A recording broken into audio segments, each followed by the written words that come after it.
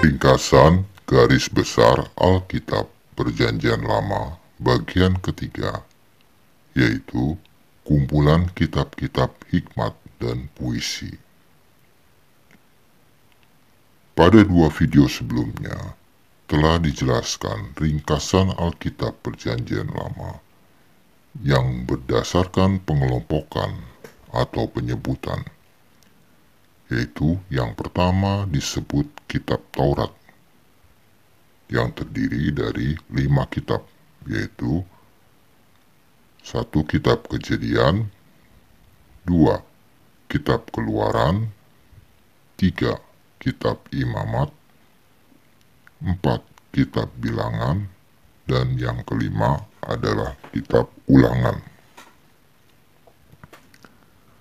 Dan pengelompokan yang kedua disebut Kitab Sejarah, yang terdiri dari 12 kitab sebagai berikut. Pertama, Kitab Yosua. Kedua, Kitab Hakim-Hakim. Ketiga, Kitab Rut.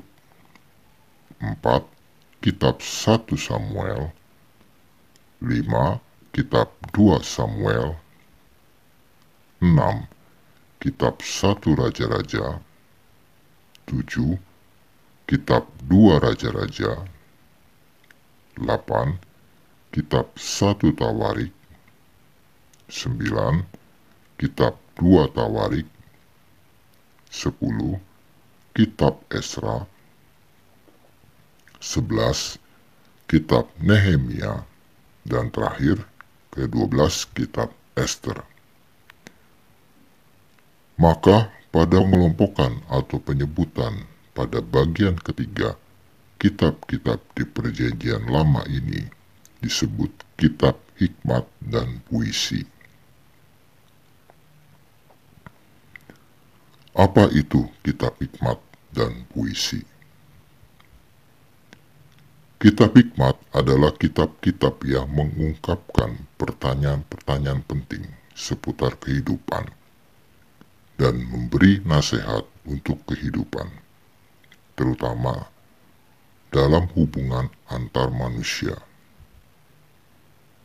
Yang masuk dalam kitab hikmat adalah 1. Kitab Ayub, 2. Kitab Pengkhotbah, 3. Kitab Amsal. Sedangkan kitab puisi adalah koleksi puisi cinta atau Kidung Agung, dan doa-doa atau nyanyian-nyanyian ibadat atau mazmur yang terdiri dari 2 kitab, yaitu kitab Kidung Agung dan kitab Mazmur.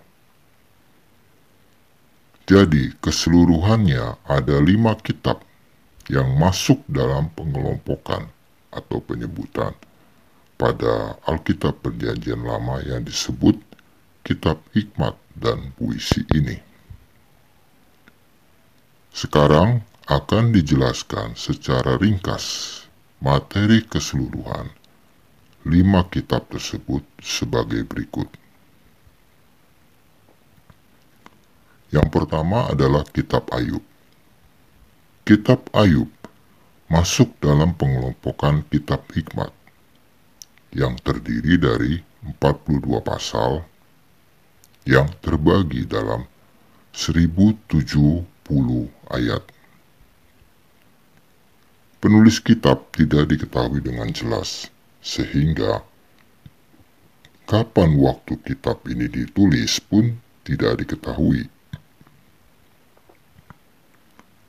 Kitab Ayub menceritakan penderitaan dan keadilan ilahi pada Ayub, seorang pria saleh yang imannya diuji melalui kesulitan yang ekstrim. Dalam narasi ini, Tuhan mengizinkan setan menguji iman Ayub yang mengakibatkan serangkaian peristiwa bencana, termasuk hilangnya anak-anaknya yang memilukan. Kitab ini juga menyajikan serangkaian dialog antara Ayub dan teman-temannya tentang hakikat penderitaan. Kitab ini diakhiri dengan wacana puitis tentang kuasa dan kebijaksanaan Tuhan yang menggarisbawahi keterbatasan pemahaman manusia. Yang kedua adalah Kitab Mazmur. Kitab Mazmur adalah kitab puisi. Kitab ditulis oleh Daud, Asaf, yaitu putra Korah, dan Salomo pada tahun 1400 hingga 500 sebelum Masehi.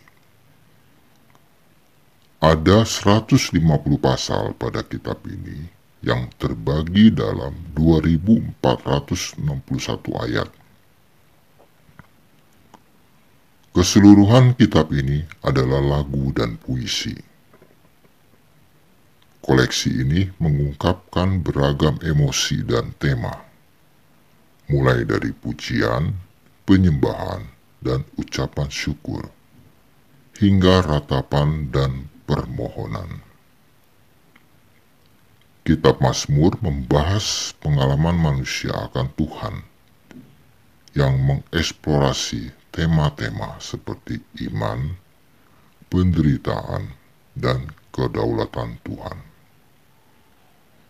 Kitab Mazmur digunakan secara luas dalam liturgi atau ibadah Yahudi dan Kristen yang mencerminkan signifikasi spiritual dan budaya mereka yang abadi.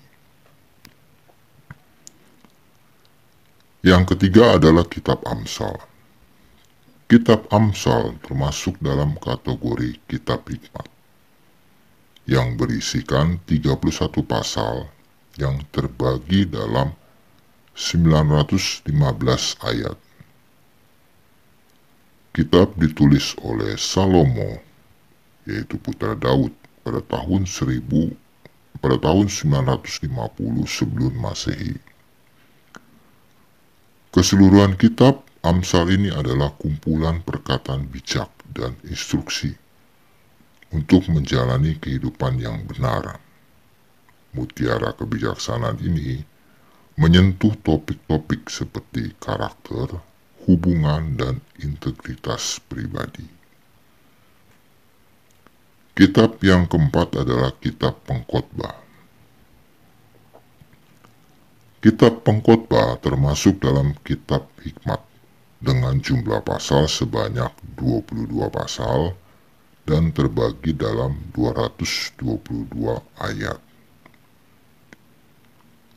Penulis kitab ini adalah Salomo pada tahun 900 sebelum Masehi.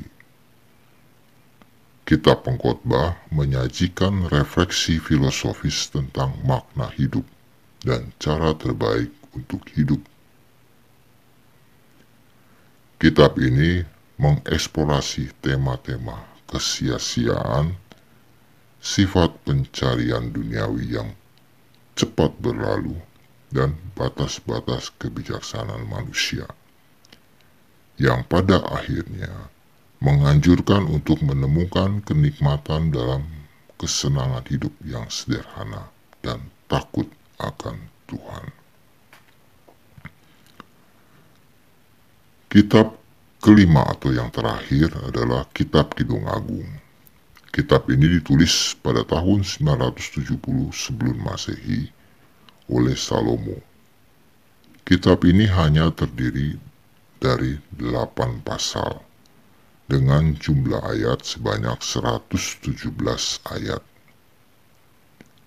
Buku ini merupakan kumpulan puisi yang merayakan cinta dan hasrat romantis.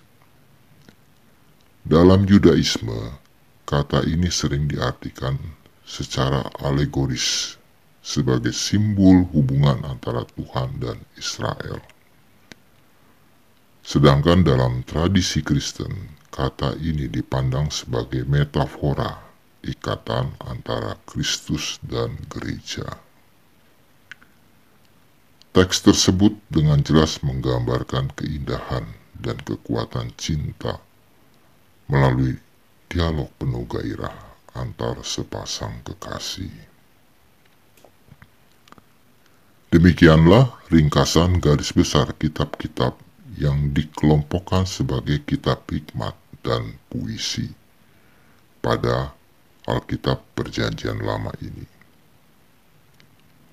Dan pada bagian yang keempat, nanti akan dijelaskan ringkasan kitab-kitab yang disebut atau dikelompokkan sebagai kitab nabi-nabi pada Alkitab Perjanjian Lama.